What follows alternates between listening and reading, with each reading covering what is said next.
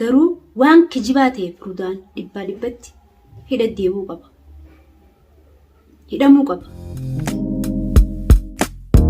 Assalamu alaikum warahmatullahi wabarakatuh. Kabajan soda wada sordoqtoota keenya salantaan tiyatan onnee irraa kaatee bakka jirtan maratti isin dhaqqabdu. Arantana waa'ee Rudaan irraa haasoo deema. Rudaan kun dhugaadhaa kijibee qabamee hidhame.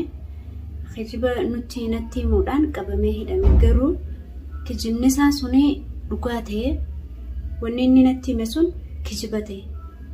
Maaliif jennaan ilmi dhiiraa hin kijibu kijibni irraa qaanii waan ta'e immoo maallaqa san hidhamee soomana kan hunde maneedhaa keessa jira. Ta'ee ammas garagalee dheengadda halkan san ka'ee dachaas wajjin dhaqee osoo maammatillee hin argin jalaa baasnee sanillee kabajamtoota daawwattoota keenya yoo tini an dogoggorallee isii kana dogoggorallee isin koomentii jalannaa barreessaa waan naan jettan isinii beekaa. Garuu inni maallaqa niin kafalaa jaa maalirra dhaabbatee kafala wayii wal jaalannee wal fuunee waliin jenne immoo hariiroo wajjin qabna immoo maalirra dhaabbateeti maallaqa naa kafalaa yaada jiru haasee jira. Haa ta'u malee immoo an maallaqa akka inni kafalu hin barbaanne. Maaliif maallaqa kafala? Dhugaadhaa jaartii qabaa naan jee ilmoo qabaa naan jee ilmoo san qabaatee hayyee ilmoo san fedhaa qabaatu fedhaa dhiisu himee miti dubbiin sun kijiba taate maalirra dhaabbateeti maallaqa kana niin kafalaa naan jaa. An maallaqa isaa kafaluu isaa hin barbaanne akka kun maal jechuudha. Akka yaada kiyyaatti ani dhugaadhaa namni tokko ilmi dhiiraa tokko obboleessa fiirra waa kijiban kaa'u kijibee garuu ammaan tana kijiba sanarra kaa'ee garuu maaliif jennaan an maallaqa kana an horiin namaa qabee anabbadee maallaqni sun kafalamuudhaaf qophiidha aajiidhaniin kafalaafanii maallaqni yoo ta'e soorma keenya nyaate malee namni biraa kan nyaate hin jiru. Itoophiyaarraa asiniin deebisaa fi garuu anta akka malatti na dhibdee daawwattoota kiyya qaqqaalii fi gaggaarii dhugaa taanaan maalirra dhaabbatee niin kafalaa maallaqa niin kafalaa akkamiin naan jaa. Ani maallaqa kafaluu osoo hin ta'in hin duratti yakka isa hidhe sanuu hin kaafanne inni maalirraa niin kafalaa naan jaa. Kabajamtoota daawwattoota keenya akkanaa garuu namni tokko kijibni irraa qaaniidha dubbiin akkanaatu waan hin taane. Ani akka yaada kiyyaatti wallaahi hedduu takka sammuun tiyatuun tasgabbii na dhabdee kana beeku intala baluun naan jaa kanan beene intala san naan jaa. Garuu koomentii jalatti illee kan waan anjuullee inni jira. Garuu kan dogoggorren jiru an dogoggoree dhalaadhaaniin tuni kan dogoggorren jiru waan ta'eef gurbin mucaan asii fi as jidduu dubbii osuma ofuu addaan nu facaase aajiidha. Namni wal jaalateetis wal dhiisuun ni jira. Wal fuudhee wal adda yaa'uun ni jira. Walirraa dhalee adda yaa'uun ni jira. Garuu an akkaataan isa gaaratti itti dhufe santuutu akka malee na qoccaa mana ta'e guyyaa san garaa laafee fi ammaan tan hoggaan dubbii namaa fuudhee jalaa garagalee akka maleedha kun. Maaliif jennaan Rudaan kun dhufee ammaalittiin isaa mana yaa buleeyyan kiyya. Hayyee inni kun ganda isaaniiti ilmaan adeera isaati biyyaayin amma dhufee guyyaan biyyarraa dhufu san waa hunda na dhadhaammattee bilbilaanis suuraa isii hunda haaseen dhufee naan jee. Hayyee rakkoon qabu jeetiin ganama deemee mana dalagaa kiyyaatti mana arabaatti deebi'ee bilbileef fannisiif dawwallaan fannis. Wanni kana ni jirti zeen gaafadde hin beeku ani boojeeti diimaadhaan na baasee osoo viidiyoo gadi dhiisin duree takkanaati. Garuu waa hundinuu ni dabartii tan dabarre hin jirtu aniin tun dogoggortuu yoon ta'es dogoggore isinoo waan naan jettan asirratti an isinumaan qaba daawwattoota kiyya waan naan jettan koomentii jalannaa barreessaadhaan isiniin jaa. Garuu Rudaan rakkoo isaa tana rakkoonni waan arraan tana isa fannis qabdeetuun isallee numa qabdi. Garuu namni khaatimaa namaa hin seenu buleeyyan kiyya qaqqaalii. Khaatimaa jechuun akka du'aati beeki. haa ta'u malee hayya seene garagalee maallaqa isii anaa kafala yeroo jee sagantaa isaa wajjin qabu hariiroo isaa wajjin hin qabu. Takkaa bilbila ookee walirra qabadee hin beenu sababa naaf inni walitti dhufneeni bakka waa'ee kanaa nu bira fitee garagalee ammoo niin jaaladhaa jaalnaaneen waan akkanaa jee malee inni waa jaartii hin qabu jechaa jira. Jaalalti kanatti taati. Jaalalti akkanaa waan taatu aniin tun as keessaan jira arra yoo inni illee narkuu baate garuu jaalalti tuni falagoytaati abboleeyyan kiyya gaggaalee humaa rakkoon qabu garuu anisa jaalala osoo hin ta'in duratti waa'ee jaalala isaa keessa hin gabu waan nagalchallee hin qabu. Jaalalti gam tokko nama miti maaliif jennaan obboleessa isaatiin wal taaneeti waa'ee fuudhaa heeruma keenyaa tasgabbeessaa jirra garagalee naafisa iddoo seenee ammaan tana niin jaaladhaa maal jechuudha akkanni akka hunni ta'a hin ta'u akka hun waan hin taane garuu inshaallahu ta'ala yoo rabbi biraan taate fannisammoo maallaqa isaa ruduhaanii miti kan deebisuuf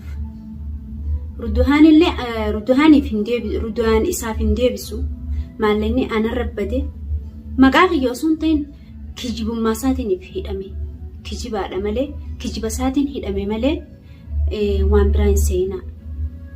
Silaa dubbii tana kaa'uu baate baatii ramadaanaa san akkasitti hidhaa keessa hin taa'u. Nyaattuu dhuguu kan hin beekne garuu ilmi namaa tokko waliin balleessu wallaahi dhugaa rabbii taanaan ilmi namaa tokko kaatimaa walillee hin seenu walillee hin balleessu. Akka yaada khiyaatti garuu teemmoo wal seenan dubbii tana wal lallaaqan anaasi balleesse yoo jeenis numa dhumti dubbiin tuni garuu ruduhaane isa dhaqee dhiifama yoo gaafates dubbiin tun numa dhumti ni dhumti akka dhumtuun hin beeka.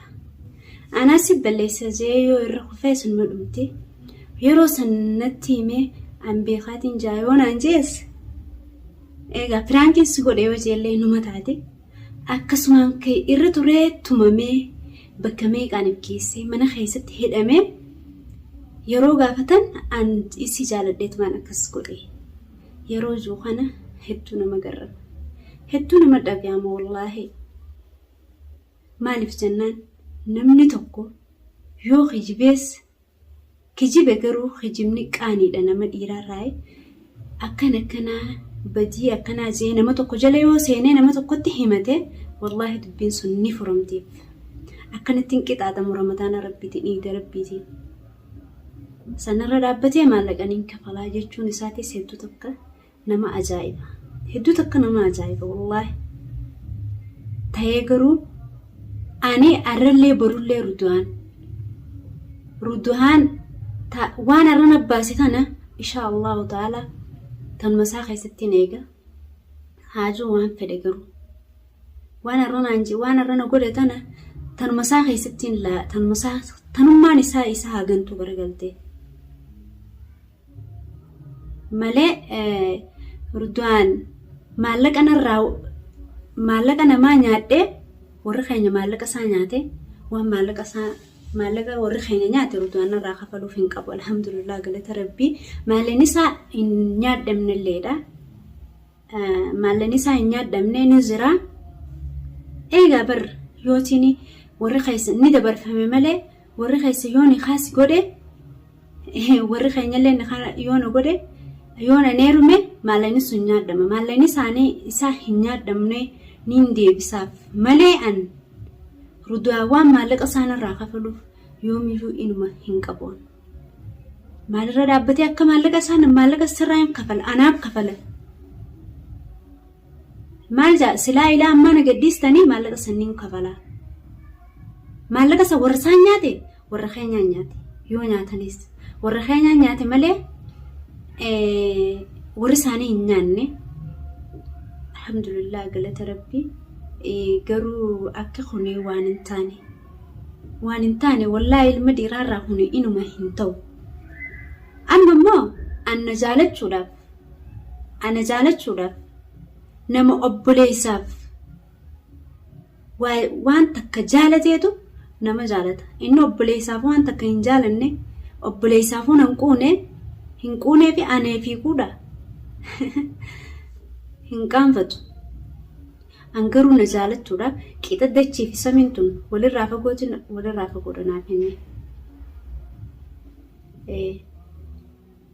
haasas jechuurra haasan jechuurra caalaa jiran ilmi namaa tokko haammaan akkana kijiba guddaa kanarra obboleessa isaarra kaa'ee boru maal naan ja'a maal narra kaa'u deema waan hin taane narra kaa'u deema rakkoon qabu aadiidha garuu akka kuni waan nama hin baafne dhugaa yoo dhugaa san dubbanne waan nama hin baasne urdu'aan karaa hamaarra jira garuu hidhamuun isaa suni haaluma isaa hidhee amma qaa kiyyaanii miti kan hidhame garuu kijiba isaatu isa hidhe malee amma qaa kiyyaanii miti kan hidhame urdu'aan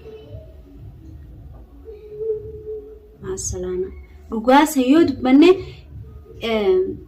naafinni wajjin hariiroo wajjin hin qabnu naafinni sun ammoo sababa gaara galeeniin gaaraa galchee ilmi Oromoo akkamitti kana taasee gaara keessaa galchee mana galchee waan hundaa'u sagantaa teenya qabannee tartiiba godhannee baqqaanii deemnaa wal fuunaa waliin jennee ayaama bichaan eekaa bichaa aruuza bichaan nu hafee sanirra dhufee suuraa ilmoo xiqqoo aniin tun dhalaadha niin sobama suuraa ilmoo xiqqootii fi jaartii isaallee na agarsiisee mucaan kuni haisaatiin aanjee suuraa mucaa jaartii isaatii insiin tuni zeenatti erge garuu rabbiin jazaa isaa kafalu rakkoon qabu nagarsiise ammoo naddeebi'ee bilbila kiyyallee yoo hin qabaatin nagarsiise bilbilli kun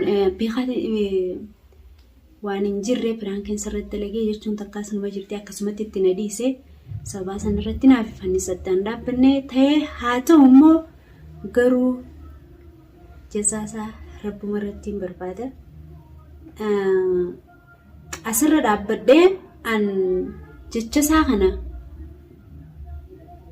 maaliifin itti dhiise mana isaa san keessatti haa hidhamu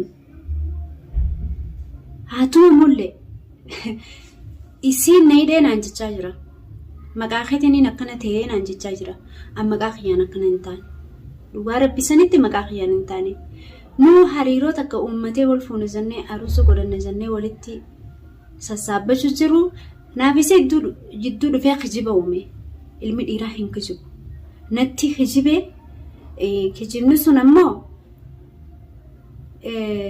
haasawni isaa sun ammoo kijiba ta'e kijiba isaa hidhamoo obboleeyyan kiyya kijiba isaa hidhamoo anaatu isa hidhe amma maqaa kiyyaan miti kan hidhame kijiba himuu isaatiin hidhame malee maqaa kiyyaan hin hidhamneen ana arrallee borullee maqaa kiyyaan hin hidhamne eengattallee dhaqeen ni laalajee yeroo inni dhaqee laalajuu nama wajjin hin dhaqee laala yeroo njuu albaamni isaanii cufaadhaa guyyaa kaan akkuma waliin garra sanitti dachaas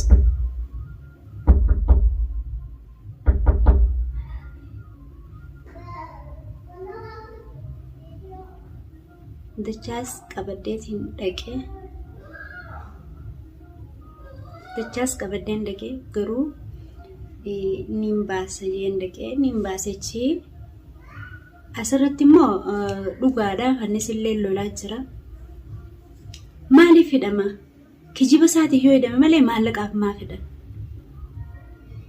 kijiba isaatiin dhugaadha haa hidhamu maallaqaaf maaf hidhan ani viidiyoo takka gadhiiseen ture seerallee naana gaafatu hin jeen maallaqa isaa seeraan naana gaafatu hin jeen maaliif hin jeen waa'ee fannis irrattis maallaqaaf maaf hidhan maaliif kijibta janii yoo hidhan maal rakkoo qabu maallaqa ta'ee hidhamtu yoo ta'es ana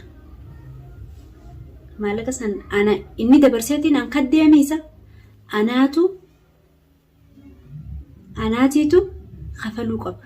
Anaa hidhamuullee qaba akka seeraatti akka aadaa teenyatti illee. Maallaqa si kafaleetiin nagantee jee yookaan seeraan na qabuu danda'a yookaan heeraan na qabuu danda'a. Heeraan na qabee seeraan na qabee na gaafachuu qaba malee waa'ee maallaqa isaatii irratti ruduhaan hidhuun